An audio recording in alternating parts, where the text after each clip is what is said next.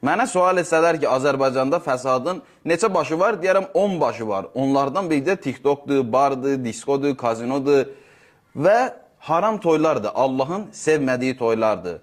Bu söhbəti kimlə danışmışamsa təkbətək hər kəs qəbul edib və çəkinib bundan. O da nədir? Baxın, kişilər, oğlanlar toyun axırlarında son 2-3 saatında qırağda qalırlar, tamaşa edirlər xanımlara.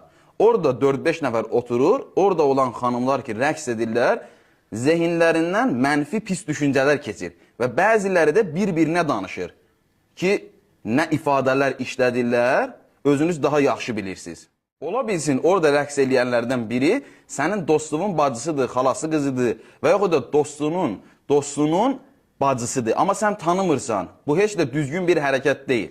Həm bizim, belə deyək də, Azərbaycanlı kimliyimizə uyğun deyil, həm dinimizə də uyğun deyil ki, insan belə bir hərəkət etsin. Və yaxud da yolda keçirsən, bir xanıma sataşırsan, söz atırsan, dalıca düşürsən, amma bilmirsən kimdir.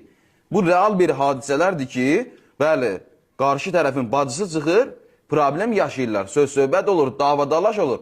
Ona görə də Allah Taala buyurur ki, öz gözünüzü cəmaatın namusundan çəkin. Əgər hər kəs buna əməl etsə, cəmiyyət islah olub, abad olacaq və Allaha tərəf üst tutacaq.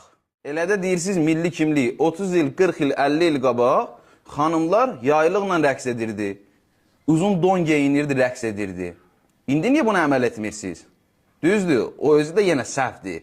Amma gör nə həddə çatmışıq, nə vəziyyətə çatmışıq ki, toylarda geyinilən geyimlərin çoxu biabırçılıqdır. Nə milli kimliyimizə uyğundur, nə də dinimizə. Ona görə bugünə qalmışıq.